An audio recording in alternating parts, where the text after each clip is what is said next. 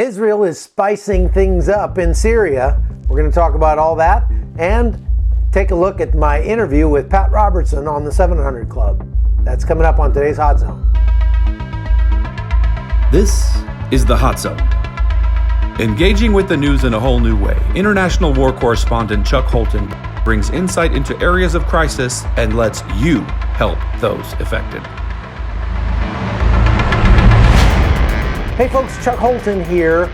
Benjamin Netanyahu said that Israel will defend its territory with resoluteness on, what was that, Monday, and talked about the strikes that Israeli aircraft made on Iranian positions just outside Damascus. Now think about that. Iran is trying to build capacity inside Syria. Why are they doing that? Because Iran wants to have a crescent, they call it the Iranian crescent, going all the way from Tehran all the way into Lebanon. They want to have a pipeline where they can ship weapons and support to Hezbollah inside Lebanon. And they want to do that specifically to target Israel. Well, Israel's having none of it. And so every time Iran gets a foothold inside Syria, Israel goes in and bombs it. What precipitated this attack was the fact that some missiles were fired out of Syria the other day into Gaza.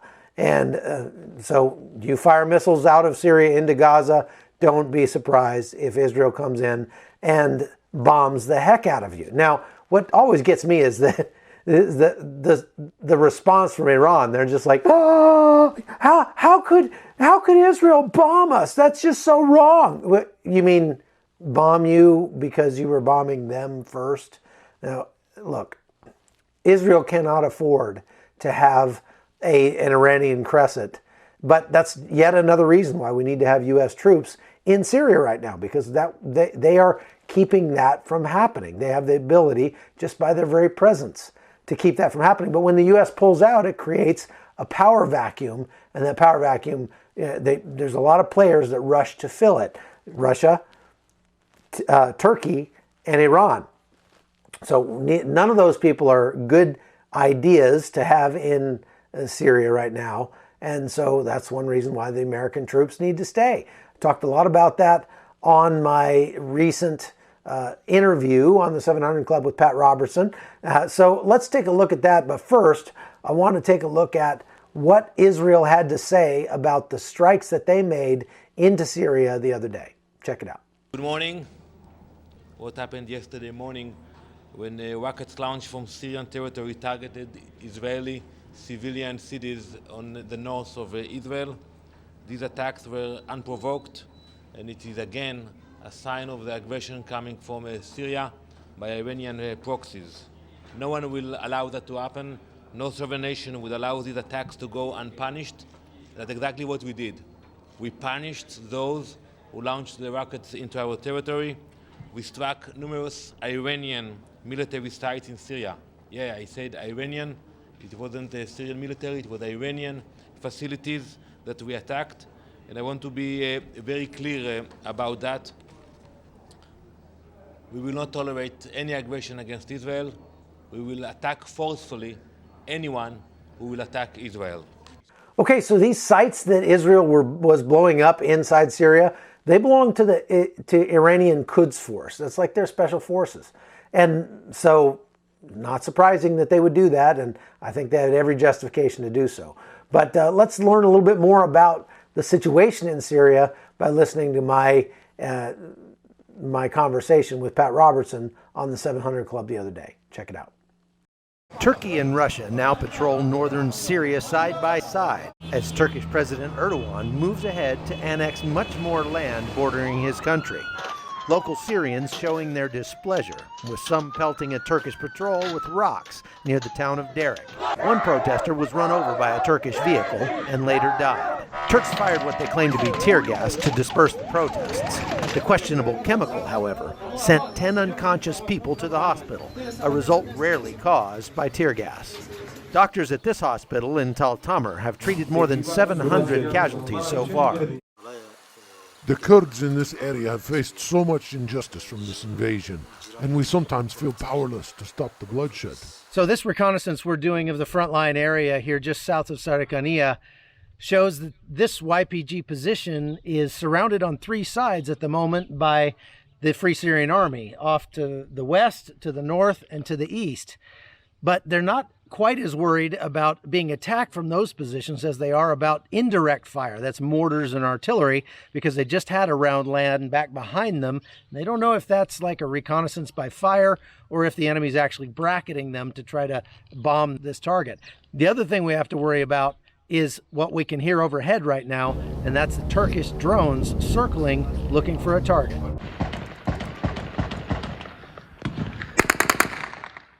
Many of the wounded at this hospital are victims of Turkish drone attacks. Dave Eubank, leader of the Free Burma Rangers aid group, has been working in the area for more than 3 weeks. We're at a mobile casualty collection point. We had to hide our vehicles because of Turkish drone strikes. In the last 3 days, 26 people have been killed by drone strikes in this area alone. It's clear these drones are going after more than just military targets. Eubank's own marked ambulance took a hit November 2nd, wounding 2 and killing one of their ethnic Kachin medics, 37-year-old Zhao Sang. He died on his baby daughter's first birthday. Eubank's crew has had several close calls during their trip. When I was there, we received a mission to rescue a wounded man from behind FSA lines. Before we left, we prayed. And help us to get the people out. And we drove into the area, and things were quiet at first. But then this happened. There's a gun truck moving your way. Right near the water tower, gun truck moving your way. The FSA had spotted us, and we ran back to our ambulances as they moved machine guns into place.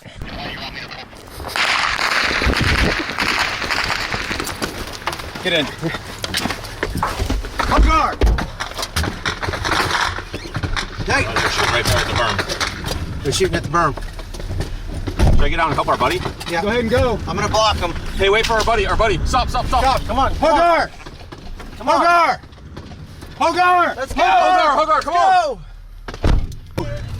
Taking fire. Go, you guys pull out. Everybody pull out. Here, I'll yell at him when we go to pull out. Go. Drive, man, drive. Drive. Go. A lot of tracers coming back. Pull back! Really? Here you go, Dave. Drive fast, is that what he said? Yeah. Not too fast. Going slow down. All right, take it easy. It took several more tries, and it was after dark before we finally rescued the wounded man.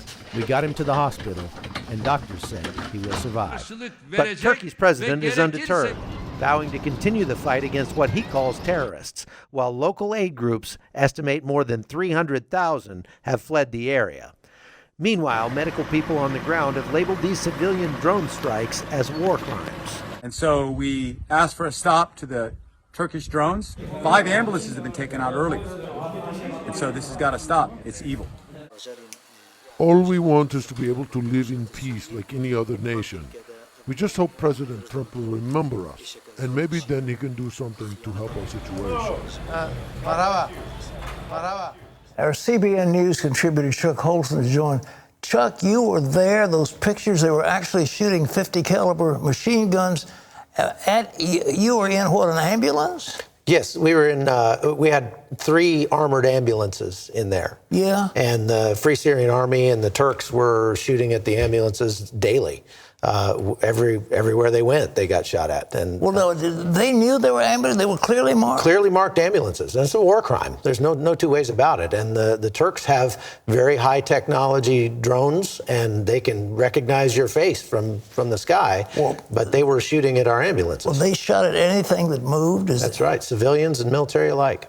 It didn't matter. Didn't matter. You were there. Now, you know, the news is sort of conflicted.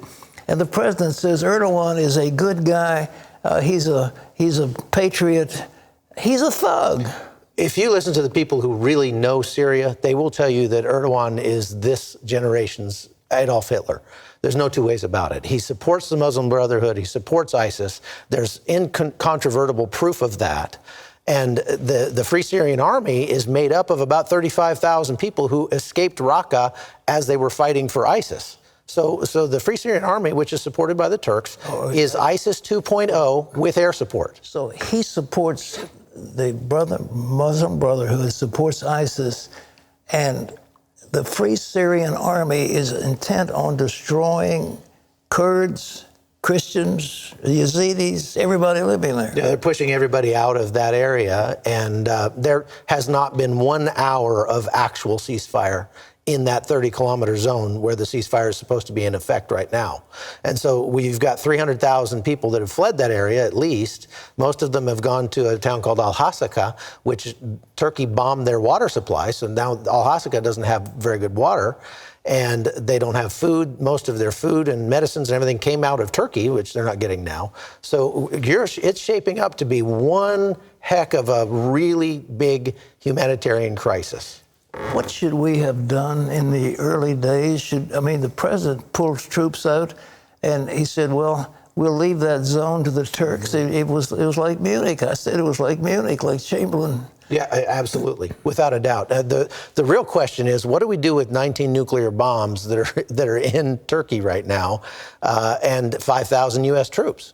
We've still got thousands of U.S. troops in Turkey, and if we push Turkey too far, then they kind of have some leverage over us because of the presence of our nukes and our troops in their country. Well, they've got that Incirlik air base. Right, two air bases there. Yeah, they've got two bases. We have two bases. Two bases in Turkey, yes, and like I say, 5,000 or 6,000 troops there. But so everything that we do to alienate Turkey pushes them into the arms of the Russians. So it is a very complex and difficult situation. Well, right now, that's part of Syria, and it's being patrolled by Russians and Turks together? That's correct, and the FSA. And now there are 600 U.S. troops back in there who say that they are supporting the Syrian Democratic Forces, the Kurds, against ISIS. But they're not supporting them against the FSA, which is ISIS. They're supporting them against any ISIS cells that happen to pop up. These drones are so sophisticated, they can see. I mean, you could read a label on a They've shown at air shows where they can recognize your face from 2,500 feet. They are kind of reverse engineered U.S. Reapers. They're built in Turkey, and they carry a couple of bombs on the wings there. You could see them in the photo, the bombs on the wings, and they're very high precision munitions. They can land within a foot of whatever they're shooting at. And they bombed several of the positions that we had been at right after we left. Were you with the Free Burma Rangers, and they were trying to rescue somebody who had been wounded by the Turks? By the FSA, yes, and it was behind FSA lines where we went. Well, the FSA is the Free Syrian Army, which is the Turkish. And it's made up militia. Primarily of ISIS fighters? I would say so, yeah. Absolutely. Chuck, this is appalling. It is. There's no question about it. There's no question about it. The Free Syrian Army are doing exactly what ISIS did, which is raping and killing and pillaging everywhere they go. And the only difference is that now they have air support and artillery support from Turkey. And so they have a free hand in that area that's supposed to be under a ceasefire. Remember, Erdogan guaranteed President Trump that they would have a permanent ceasefire there now. Well, he said he will not target religious minorities, he will not target national groups, and he guarantees there'll be peace and security. He broke every one of those, didn't he? Without a doubt. And like I say, there has not been 1 hour where they're not shooting at people.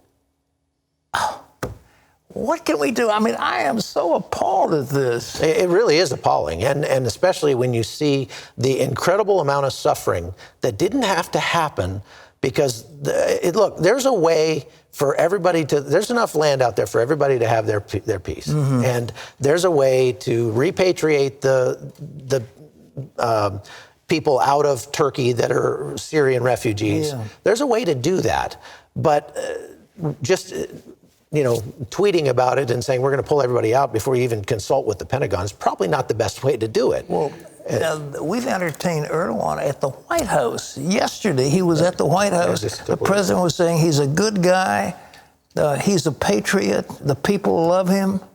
Well, maybe he's a good guy, but his troops are causing untold suffering and hardship in northern Syria. And we saw it firsthand, and it didn't have to be that way. Well, all we need to do is declare a no-fly zone over that area and say, look, no flying there.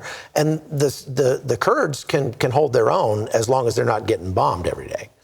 I suggested that we recognize an independent Kurdistan. If we had supported the Kurds, we wouldn't have this problem. That's right. That's right. The Kurds aren't lily white either, but the bottom line is they are our best friends in that region. They have a saying in Kurdistan. They're very optimistic people, and they have a saying that the Americans will always do the right thing once they've expended all other options.